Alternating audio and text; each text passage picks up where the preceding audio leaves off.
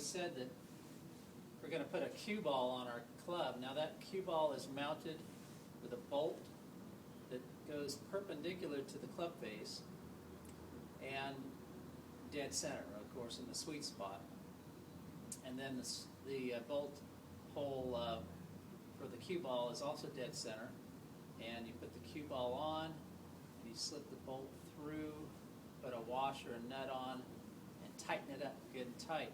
So when you set this on the table or on the plane, you want to make sure that you tip the club forward a little bit so that the bottom of a cue ball would rest on the felt of the table rather than back here where you're actually off plane to begin with and you're in jeopardy of rolling over the top of your 8-ball.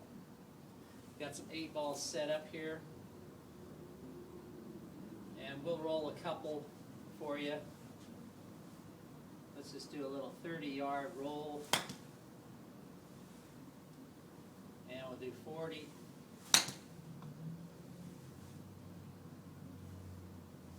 And 75.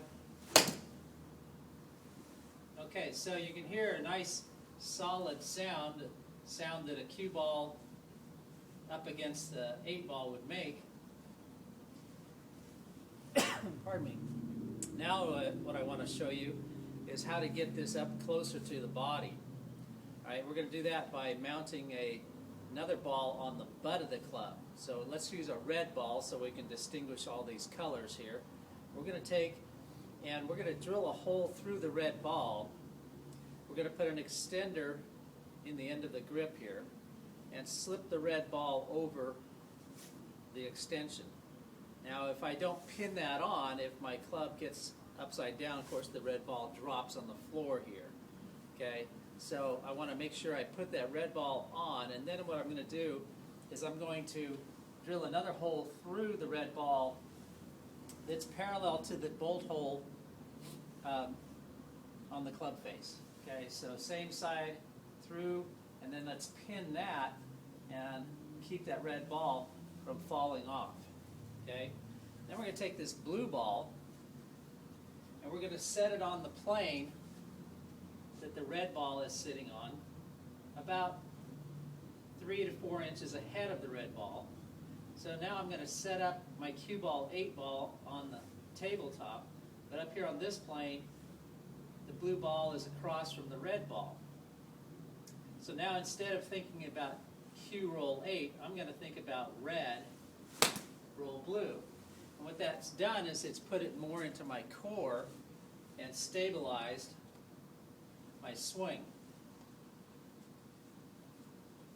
Let's try that again. We set the cue ball on the table, always setting it up, looking down the table at my target, and now I tell the brain, use the red ball to roll the blue ball to that target. Red, roll blue. Let's go 75. Let's go 100. And 125. So I'm making good solid contact there. My brain hasn't gone any farther than the top of my club. Let's add a little cut shot to this one. So we'll have the red ball this time here come inside of the blue ball somewhat, maybe 1/8 of an inch to 1/4 of an inch off of dead center contact. I'm going to simply call that red, cut, roll blue, and I'm going to go to my 125 target. I set up the cue ball so it's resting on the felt behind the 8-ball. I look down the table at my target at 125, and I'm going to aim a little left of it because of the cut, so I'll aim about 5 to 7 yards left. And now I'm going to play red, cut, roll blue, 125. Red, cut, roll blue. So it's just as easy as red, roll blue. I'm just simply coming inside a little bit, cutting across, which is going to produce a little higher shot because the club face isn't rotated shut or rotated to square yet. And of course my red ball coming across the blue will produce the side spin that I'm looking for. Higher shot, more spin, a little bit less distance, but a nice shot.